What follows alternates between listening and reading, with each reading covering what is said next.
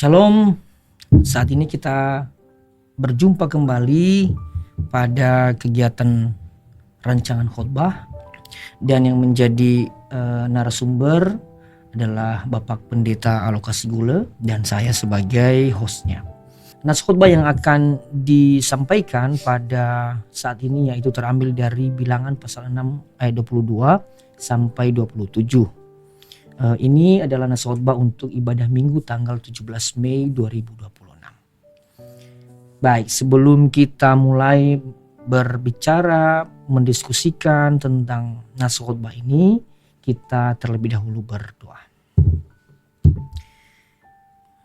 Bapa di surga, terima kasih untuk kasih-Mu dalam kehidupan kami, atas penyertaan-Mu, sehingga pada saat ini Tuhan memberikan kami kesempatan untuk mendalami firman Tuhan melalui hamba-Mu Bapak Pendeta Alokasi Gule. Kami mohon kiranya Tuhan menolong kami, menuntun kami, sehingga firman yang disampaikan menjadi kemuliaan dan berkat bagi kami semua. Dalam nama Yesus kami berdoa, amin. Amin.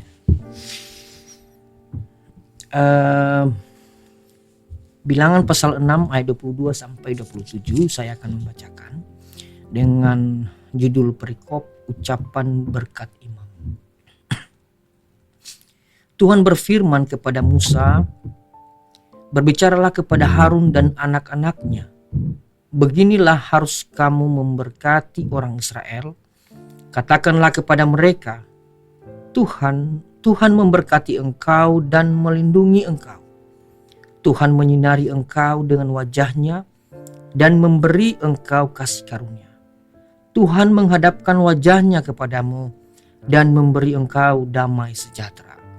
Demikianlah harus mereka meletakkan namaku atas orang Israel, maka aku akan memberkati mereka.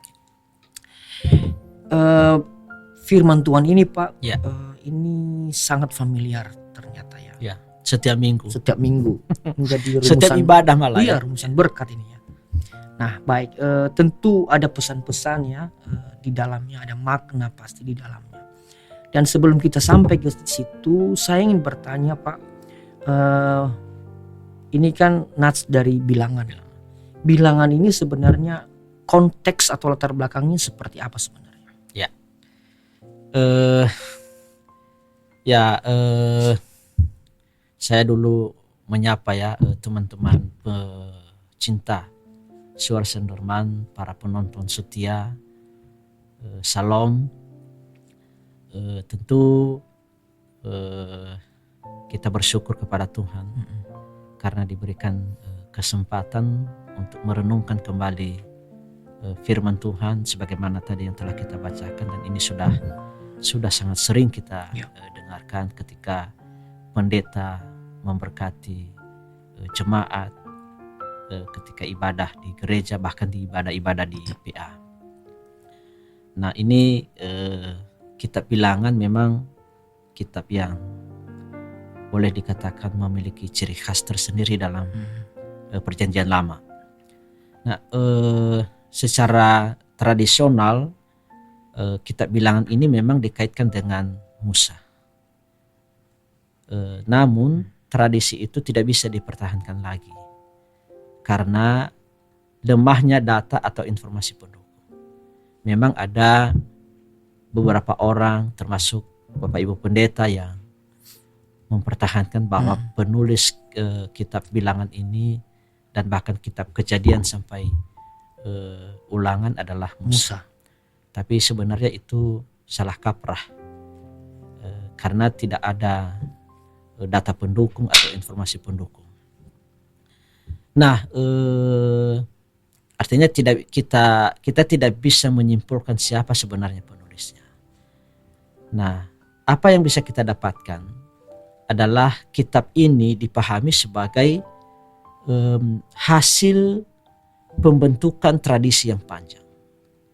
Di dalamnya terdapat tradisi-tradisi kuno tentang perjalanan Israel di padang gurun, pengaturan suku-suku, tentu juga ada peran Musa dan Harun, serta bahan-bahan keimaman yang kemudian disusun kembali dalam bentuk kitab seperti yang kita terima sekarang.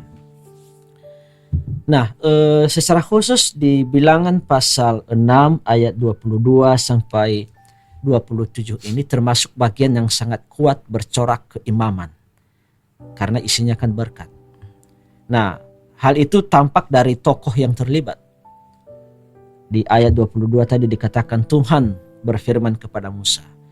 Lalu kemudian kan Musa menyampaikan kepada Harun dan anak-anaknya. Lalu Harun dan keturunannya diberi tugas untuk memberkati umat Israel. Nah, struktur seperti ini khas tradisi imam. Ibadah tidak boleh dilakukan sembarangan, tetapi diatur sedemikian rupa oleh firman Tuhan dan dijalankan melalui pelayan yang ditetapkan. Nah, kemudian kita juga bisa melihat penerima langsung perintah Tuhan dalam narasi ini adalah Harun dan anak-anaknya, yaitu para imam. Jadi mereka diperintahkan untuk mengucapkan berkat atas orang Israel pada waktu itu. Namun objek berkatnya adalah seluruh umat Israel. Jadi teks ini tidak hanya berbicara kepada imam, tetapi juga kepada umat yang menerima berkat. Artinya walaupun tadi saya katakan bahwa penerima langsung perintah Tuhan ini adalah Harun dan anak-anaknya para imam, tapi objeknya sebenarnya adalah umat Israel yang menerima berkat. Nah, menariknya kata ganti yang dipakai dalam formula berkat di sini berbentuk tunggal, engkau. Jadi engkau, Tuhan memberkati engkau, Tuhan menyinari engkau. Jadi dia tidak katakan Tuhan memberkati kalian. Tidak. Jadi dia memakai kata ganti tunggal, engkau. Padahal yang diberkati adalah seluruh orang Israel. Nah, hal ini menunjukkan bahwa Israel sebagai umat dipandang sebagai satu kesatuan di hadapan Tuhan. Banyak suku, banyak keluarga, banyak orang, tetapi semuanya satu umat yang hidup di bawah nama Tuhan. Nah, sekarang kita coba melihat bagaimana latar sosial politik keagamaannya. Nah, kitab Bilangan menggambarkan Israel sebagai umat yang sedang dalam perjalanan dari Sinai menuju tanah perjanjian. Mereka belum menjadi bangsa yang mapan dengan kerajaan, karena nanti itu baru terjadi setelah mereka menetap di tanah Kanaan. Mereka belum memiliki tanah yang permanen, dan juga sistem politik masih belum menetap.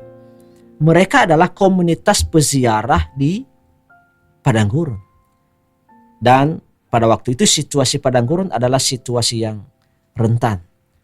Umat menghadapi ancaman kelaparan, kehausan, penyakit, konflik internal, serangan juga dari luar, dan ketidakpastian masa depan. Nah, dalam keadaan seperti itu berkat Tuhan bukan sekadar kata-kata indah. Berkat itu adalah kebutuhan hidup. Umat memerlukan tentunya perlindungan. Umat memerlukan pemeliharaan, penyertaan, kemurahan dan damai sejahtera. Nah, karena itu menurut saya tema khotbah minggu ini, Tuhan memberkati dan melindungi engkau, sangatlah relevan. Umat yang sedang berjalan di tengah ketidakpastian pertama-tama tidak dijamin oleh kekuatan militer. Juga tidak dijamin oleh kekayaan atau kemampuan manusia.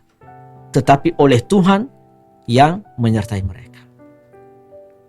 Nah, secara sosial keagamaan, Bilangan pasal 6 ayat 22 sampai 27 ini berada dalam konteks umat yang ditata di sekitar kemah suci. Sebelum dan sesudah perikop ini, sebelum sesudah perikop Bilangan pasal 6 ini, kitab Bilangan berbicara tentang pemurnian perkemahan. Ada juga nazar orang nazir, persembahan para pemimpin suku, dan fungsi imam. Jadi semua itu menunjukkan bahwa Israel dipanggil untuk menjadi umat yang kudus karena Tuhan hadir di tengah-tengah mereka. Nah, berkat imam ini menunjukkan sisi positif dari kekudusan. kekudusan bukan hanya soal larangan. Tidak boleh ini, tidak boleh itu. Bukan hanya melulu soal larangan. Juga bukan hanya soal aturan dan batas-batas nazir dan tahir. Kekudusan juga berarti hidup di bawah wajah Tuhan, di bawah nama Tuhan, dan di dalam damai sejahtera Tuhan. Maka ayat 27 menjadi ayat kunci. Demikianlah harus mereka meletakkan namaku atas orang Israel, maka aku akan memberkati mereka. Jadi para imam mengucapkan berkat, tetapi Tuhan sendirilah yang memberkati. Nama Tuhan diletakkan atas umat sebagai tanda bahwa mereka orang Israel adalah miliknya dan hidup di bawah perlindungannya. Nah, bagaimana penggunaan berkat ini di Bilangan pasal 6 ini ayat 22 sampai 27 ini di Israel kuno? Nah, di Israel kuno Bilangan 6 22-27 kemungkinan besar dipakai sebagai formula pemberkatan resmi oleh imam dalam konteks ibadah umat. Nah, hal ini tampak dari ayat 23. Beginilah harus kamu memberkati orang Israel. Dan yang diperintahkan untuk mengucapkan berkat adalah Harun dan anak-anaknya, yaitu para imam. Karena itu teks ini bukan pertama-tama doa pribadi biasa, melainkan ucapan liturgis resmi yang diucapkan imam atas umat Israel. Nah, formula berkat ini kemudian kemungkinan dipakai dalam momen ketika umat berkumpul di hadapan Tuhan, khususnya dalam pelayanan di tempat kudus atau di Bait Allah. Polanya sejalan dengan Imamat pasal 9 ayat 22 sebenarnya. Ketika Harun mengangkat tangan dan memberkati umat setelah mempersembahkan korban. Nah, dengan demikian berkat imam dapat dipahami sebagai ucapan berkat yang menutup atau memuncaki pelayanan ibadah. Umat datang beribadah, imam melayani di hadapan Tuhan, lalu umat menerima berkat dan pulang dengan membawa nama Tuhan. Itulah sebabnya juga sampai hari ini gereja-gereja kita selalu mengakhiri ibadah dengan ucapan berkat. Jadi kita sebenarnya mengikuti tradisi yang sudah berlangsung sekian ribu tahun.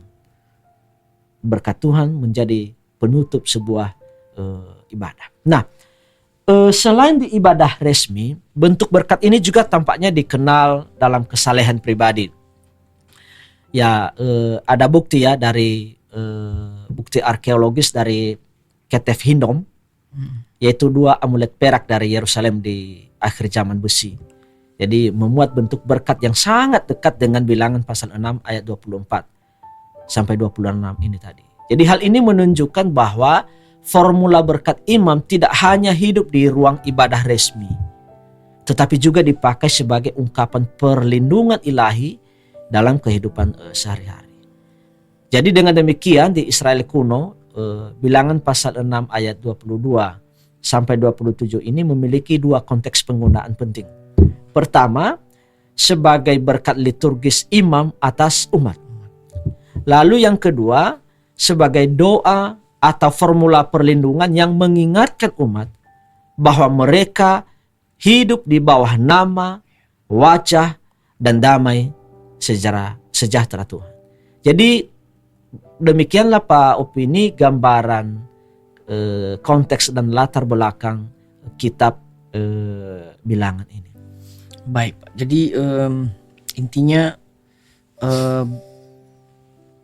perkataan mengenai berkat ini disampaikan di tengah-tengah, di saat kondisi bangsa Israel sedang berada dalam peziarahan. Peziarahan di Padang Gurun. Oke. Baik Pak, lalu kita masuk pada tafsiran. Ada beberapa ayat ini. Ya, kita akan melihat ya. Ya. Ada 1, 2, 3, 4, ada 5. Oke. Ada 5 ayat. Ya, jadi kita mulai dari ayat 22. Ayat 22. Tuhan Ya. berfirman kepada Musa. Nah, ayat ini menegaskan sumber berkat. Berkat yang akan diucapkan bukan berasal dari inisiatif manusia, bukan juga karangan Musa, bukan juga kuasa pribadi Harun. Ini sangat penting. Berkat itu berasal dari Tuhan sendiri.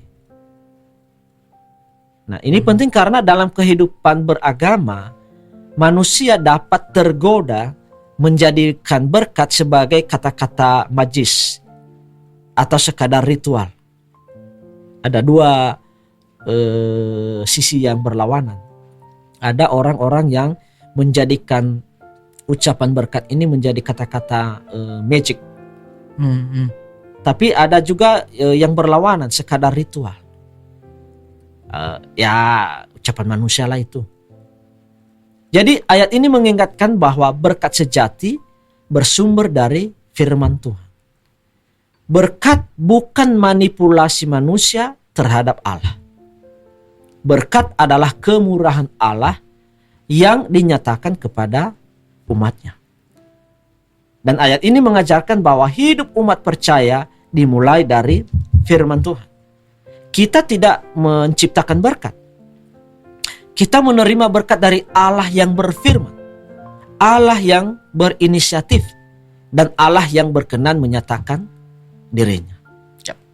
Bisa saya tanya sebentar? Mungkin ada juga penonton Pak yang memiliki pertanyaan yang sama dengan saya.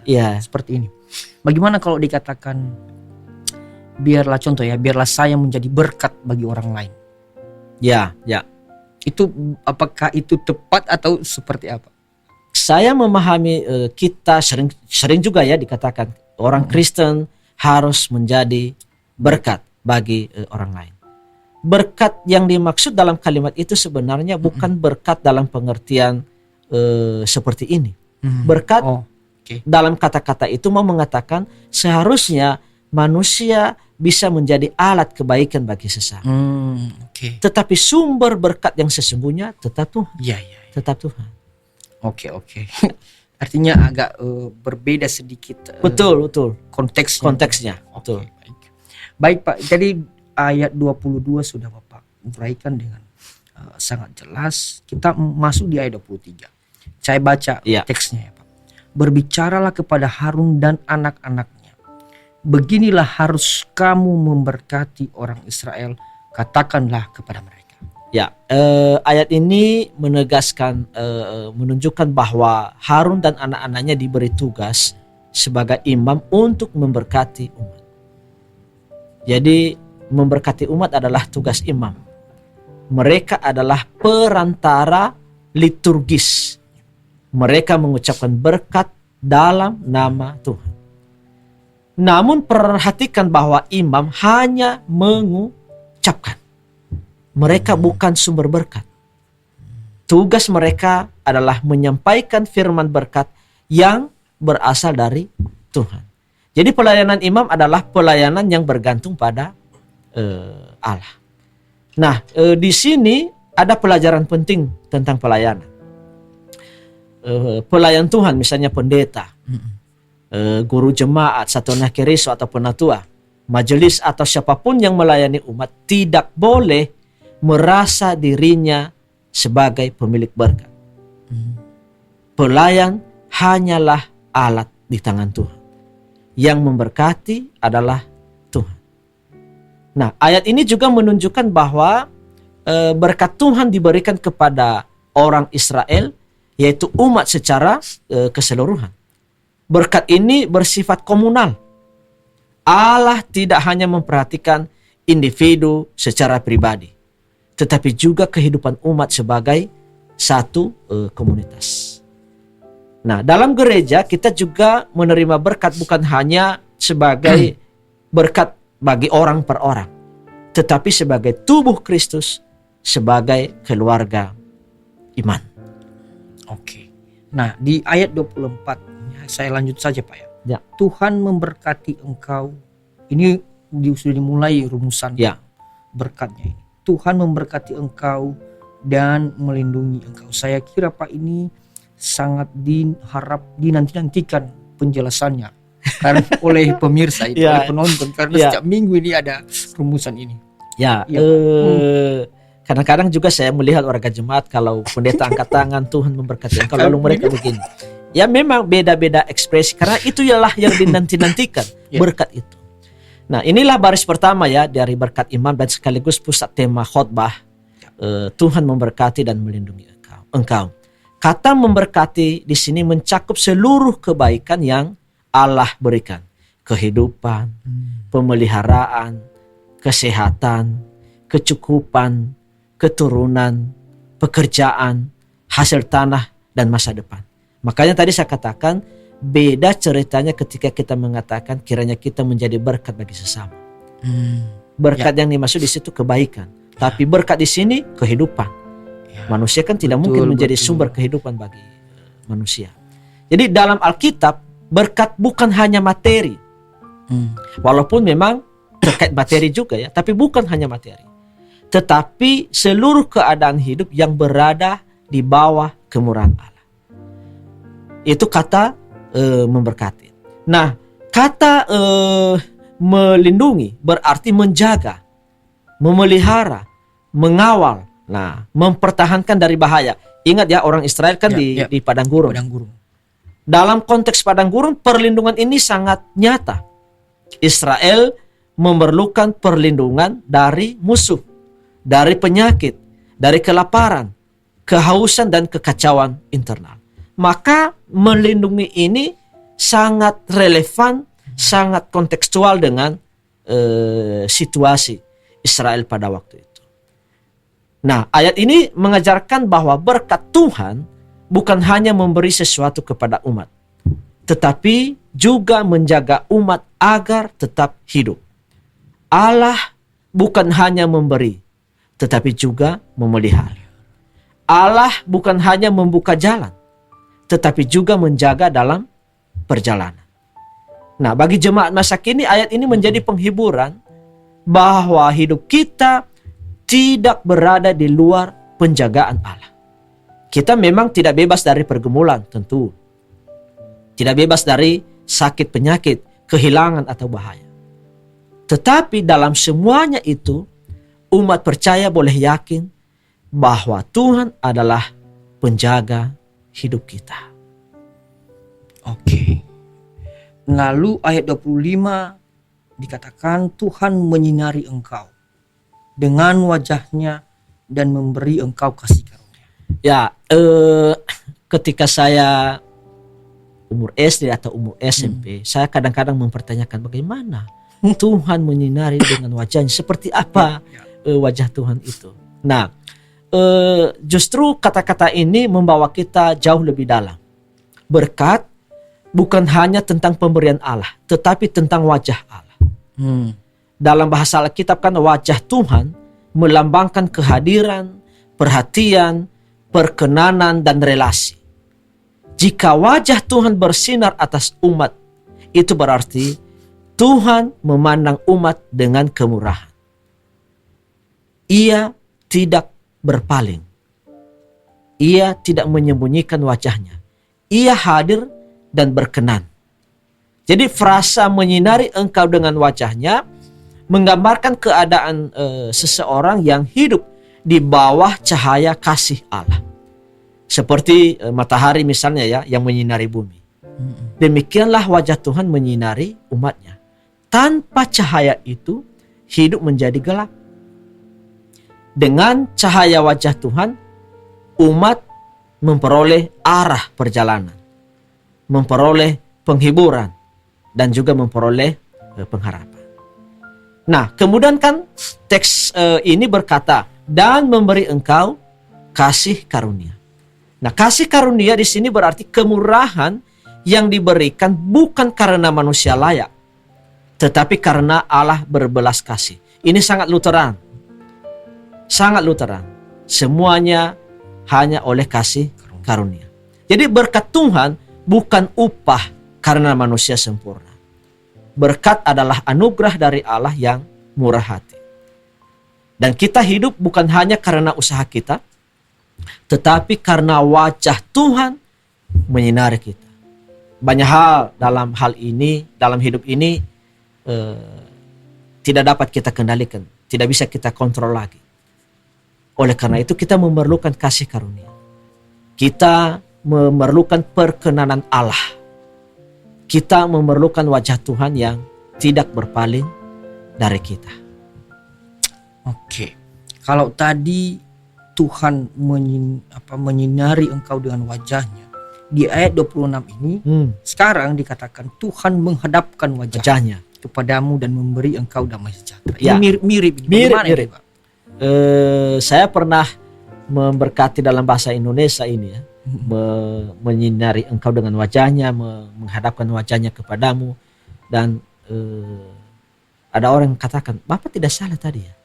Lalu saya katakan apanya yang salah? Karena 2 kali Bapak sebutkan wajah. Lalu saya katakan memang 2 kali di bilangan itu ya, di ucapan berkat ini. Karena mirip. Iya. Jadi ini adalah puncak berkat. Tuhan bukan hanya menyinari dengan wajahnya, tetapi juga menghadapkan wajahnya kepada umat. Ini berarti Tuhan memberi perhatian penuh. Ia memandang umatnya. Ia peduli. Ia tidak acuh tak acuh. Nah, dalam pengalaman manusia dipandang dengan kasih adalah pengalaman yang menguatkan. Anak misalnya yang dipandang oleh orang tuanya dengan kasih akan merasa aman. Orang yang diabaikan merasa tidak berharga. Ya. Tetapi ayat ini menyatakan bahwa Tuhan menghadapkan wajahnya kepada umat. Artinya umat berharga di mata Tuhan. Puncak dari berkat ini adalah damai sejahtera. Atau bahasa Ibraninya Shalom. Yang sedikit-sedikit kita sekarang mengatakan Shalom. Shalom bukan hanya tidak ada perang. Shalom berarti keutuhan hidup.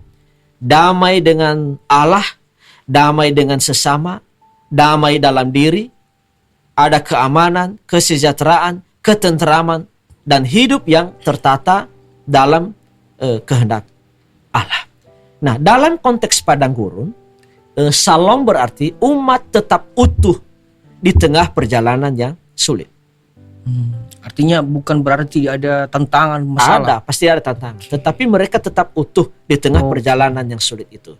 Dalam konteks kehidupan kita, Shalom berarti hati yang dijaga, dipelihara oleh Allah, keluarga yang dipulihkan, relasi yang disembuhkan, dan hidup yang berada dalam penyertaan Tuhan. Nah, ayat ini mengingatkan bahwa tujuan akhir berkat bukan sekadar kelimpahan berkat, tetapi damai sejahtera. Seseorang bisa memiliki banyak hal, tetapi kehilangan Shalom.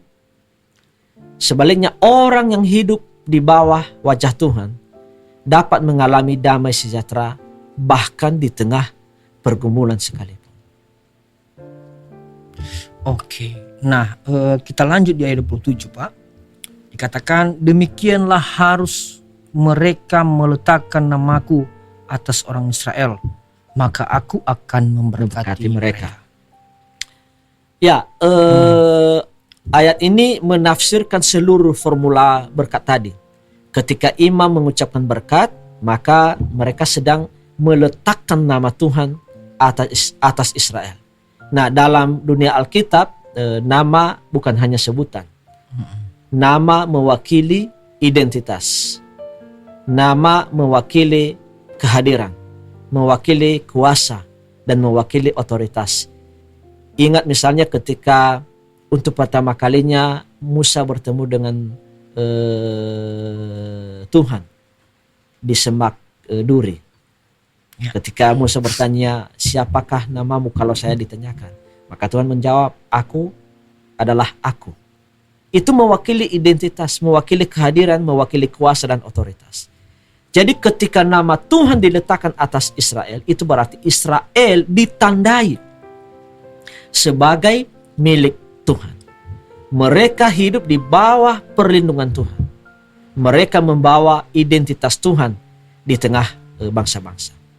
Namun ayat ini juga menegaskan, maka aku akan memberkati mereka.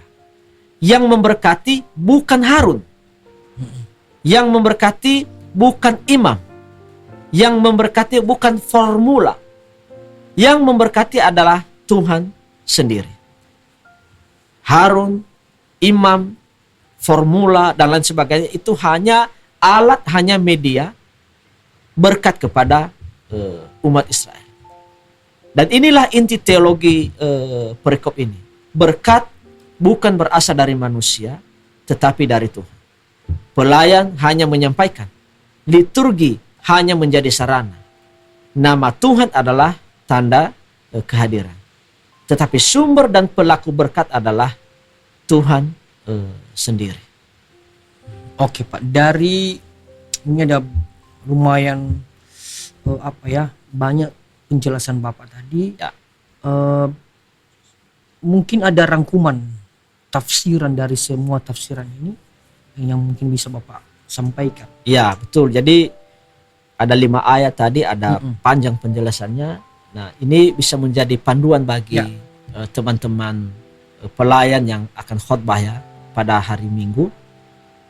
Inti bilangan pasal 6 ayat 22 sampai 27 sebenarnya dapat dirumuskan begini. Tuhan sendiri berkenan memberkati umatnya melalui pelayanan imam dengan meletakkan namanya atas mereka supaya umat hidup dalam perlindungan, kasih karunia, penyertaan, dan damai sejahtera. Umat Tuhan berjalan di tengah dunia yang rentan, tetapi mereka tidak berjalan sendirian. Sebab Tuhan memberkati, melindungi, memandang dengan kasih, dan memberi damai sejahtera. Nah, bagaimana kemudian kita mengaplikasikan firman Tuhan ini yang sudah diuraikan tadi tafsirannya ke dalam kehidupan sehari-hari? Nah, ini justru yang sangat penting karena tujuan dari khotbah adalah supaya jemaat mendapatkan sesuatu yang aplikatif. Nah, ada beberapa poinnya yang bisa saya tawarkan kepada teman-teman pelayan gereja yang akan khotbah. Ada 6 poin yang bisa saya tawarkan. Yang pertama, berkat sejati bersumber dari Tuhan. Ayat 22 dan 27 tadi menegaskan bahwa Tuhan adalah sumber berkat. Imam hanya mengucapkan, tetapi Tuhanlah yang memberkati. Nah, dalam kehidupan kita masa kini, manusia sering mencari berkat dari banyak sumber. Uang, jabatan, relasi, kekuasaan, keberuntungan, atau kemampuan diri. Semua itu dapat menjadi sarana, tetapi bukan sumber utama. Sumber berkat adalah Tuhan. Maka jangan menjadikan sarana sebagai sumber. Pekerjaan adalah sarana, tetapi Tuhan adalah sumber berkat. Dokter adalah sarana, tetapi Tuhan sumber kehidupan. Petani adalah sarana, tetapi Tuhan sumber kehidupan.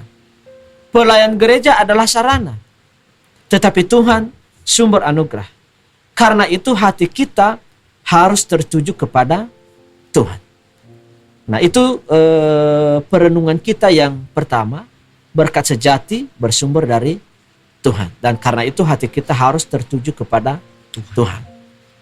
Yang kedua, Tuhan bukan hanya memberi, tetapi juga melindungi. Nah, tema khotbah ya minggu ini, Tuhan memberkati dan melindungi engkau. Banyak orang mengerti berkat hanya sebagai tambahan. Bertambah uang, bertambah keberhasilan, bertambah sehat, bertambah lancar. Tetapi teks ini menunjukkan bahwa berkat juga berarti perlindungan. Jadi perlindungan Tuhan tidak selalu berarti kita tidak pernah mengalami masalah. Perlindungan Tuhan berarti hidup kita tidak lepas dari tangannya. Ia menjaga kita dalam bahaya, menguatkan kita dalam kelemahan, memelihara kita dalam perjalanan. Kadang-kadang kan banyak warga jemaat yang terlewatkan memandang bahwa pertolongan Tuhan selama selama satu malam tidur adalah berkat. Itu juga berkat. Jadi bukan hanya masalah bertambah uang. Nah, oleh sebab itu ketika kita menghadapi ketidakpastian, jangan hanya bertanya apa yang akan terjadi, tetapi bertanyalah siapa yang menjaga hidup. Maka jawabannya, Tuhan memberkati dan melindungi engkau. Itu yang kedua, perenungan kita yang kedua. Yang ketiga, kita membutuhkan wajah Tuhan lebih daripada sekadar pemberiannya. Ini tadi sudah kita baca ya di ayat 25, 26. Dua kali berbicara tentang wajah Tuhan. Ini mengajarkan bahwa puncak berkat bukan hanya apa yang ada di tangan Tuhan, tetapi Tuhan sendiri yang memandang umatnya dengan kasih. Seringkali kita mencari berkat Tuhan, tetapi melupakan wajah Tuhan. Kita meminta pemberian, tetapi kurang merindukan kehadiran Sang Pemberi. Nah, Bilangan pasal 6 ini mengingatkan bahwa berkat sejati adalah hidup di bawah wajah Tuhan. Nah, dalam doa, jangan hanya meminta sesuatu dari Tuhan. Mintalah agar wajah Tuhan menyinari hidup kita. Mintalah agar kita tetap hidup dalam perkenanannya, dekat dengannya, dan peka terhadap kehendaknya. Nah, itu perenungan kita yang ketiga yang juga bisa digunakan oleh teman-teman pelayan gereja, bisa juga dikembangkan nanti. Yang keempat, kasih karunia adalah dasar hidup umat. Ada tadi di ayat yang ke-25 ya, berkata bahwa Tuhan memberi kasih karunia. Nah, ini berarti umat hidup bukan karena kelayakan diri, tetapi karena kemurahan Allah. Nah, dalam kehidupan iman kita mudah jatuh pada dua ekstrem. Yang pertama, merasa tidak layak sehingga putus asa. Yang kedua, merasa terlalu layak sehingga sombong. Ada orang-orang yang seperti itu. Jadi kasih karunia menghancurkan keduanya. Karena anugerah, orang berdosa tidak perlu putus asa. Karena anugerah. Karena anugerah juga orang percaya tidak boleh sombong. Karena apapun yang dia miliki adalah anugerah. Karena itu syukurilah. Terimalah hidup sebagai anugerah. Jika kita masih kuat, itu adalah anugerah. Jika kita masih diberi kesempatan, itu adalah anugerah. Jika kita masih dapat beribadah, melayani dan mengasihi, itu adalah anugerah. Jangan pakai ilmu aji mumpung. Itu adalah anugerah. Kan banyak sekarang ya orang-orang mumpung ada kesempatan, ya. Nah, itu yang keempat, pokok perenungan kita yang juga bisa nanti dikembangkan oleh teman-teman pelayan gereja yang akan khotbah. Yang kelima, Shalom adalah tujuan berkat Allah. Di ayat 26 tadi berakhir dengan damai sejahtera. Nah, ini menunjukkan bahwa tujuan akhir berkat adalah Shalom, yaitu hidup yang utuh di hadapan Allah. Nah, banyak orang mengejar sukses, tetapi kehilangan damai. Siang malam bekerja, sampai tidak ada waktu lagi bagi keluarga. Tidak bahagia. Tidak bahagia. Banyak orang mengejar uang, tetapi kehilangan keluarga. Ya, saya tidak perlu menyebutkan satu persatu contoh-contohnya, tapi kita bisa melihat di sekitar kita. Banyak orang mengejar uang, tetapi justru dia kehilangan keluarganya. Mengejar pengakuan, tetapi kehilangan ketenangan batin. Nah, berkat Tuhan itu berbeda. Ia membawa Shalom, membawa damai sejahtera. Nah, ukuran hidup yang diberkati bukan hanya berapa banyak yang saya miliki, tetapi apakah saya berada dalam damai sejahtera Allah. Shalom tampak dalam hati yang percaya, keluarga yang dipulihkan, relasi yang jujur, pekerjaan yang dijalani dengan integritas, dan hidup yang dekat dengan Tuhan. Nah, itu pokok yang kelima yang nanti bisa dikembangkan juga oleh teman-teman para pelayan gereja ketika menyusun khotbah. Dan yang keenam, membawa nama Tuhan berarti hidup sebagai miliknya. Itu tadi yang kita baca, renungi di ayat 27. Berkata bahwa nama Tuhan diletakkan atas Israel.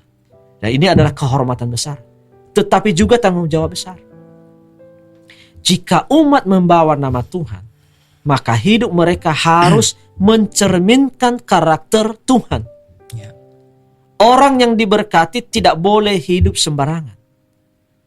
Orang yang membawa nama Tuhan dipanggil untuk hidup dalam kekudusan, dipanggil untuk hidup dalam kasih, dipanggil untuk hidup dalam keadilan, dan dalam kesetiaan. Nah, sebagai orang percaya, kita tidak hanya menerima berkat Tuhan, tapi juga membawa nama Tuhan di tengah dunia. Kita membawa nama Tuhan dalam keluarga, kita membawa nama Tuhan di pekerjaan. Jadi jangan berpikir nanti, ini pekerjaan saya, ini bukan pekerjaan gereja. Bahwa Bapak Ibu membawa nama Tuhan di situ. Dalam gereja tentu, dan dalam masyarakat. Hidup kita seharusnya membuat orang melihat kebaikan Tuhan. Karena kita membawa nama Tuhan. Jadi itu 6 poin perenungan yang bisa kita tawarkan kepada para pendengar suara Sunurman pada saat ini. Ya tentu dikembangkanlah, disesuaikan dengan konteks masing-masing jemaat di mana Bapak Ibu yang akan berkhotbah melayani pada hari Minggu. Baik Pak, jadi itu tadi ada 6 tadi ya, Ya. Poin-poin tadi itu ya, Ya. poin-poinnya. Nah, berikutnya ialah mungkin kesimpulan dari menyeluruh Ya. yang sudah disampaikan tadi, kira-kira bagaimana Pak? Ya, jadi kita sudah menelusuri ya bagaimana tadi konteks dan latar belakang kitab Bilangan ini. Kita juga sudah menelusuri bagaimana tafsiran ayat per ayat, dan kita juga sudah melihat poin-poin perenungan yang nanti bisa dikembangkan oleh Bapak Ibu pelayan yang akan melayani pada hari Minggu. Nah, akhirnya kita bisa mengatakan bahwa Bilangan pasal 6 ayat 22 sampai 27 adalah salah satu teks berkat yang paling indah dalam Alkitab. Saya pikir tidak ada gereja yang tidak mengenal. Betul. Namun teks ini bukan hanya sekadar ucapan penutup ibadah. Teks ini adalah pernyataan imam yang mendalam. Tuhan sendiri berkenan memberkati umatnya.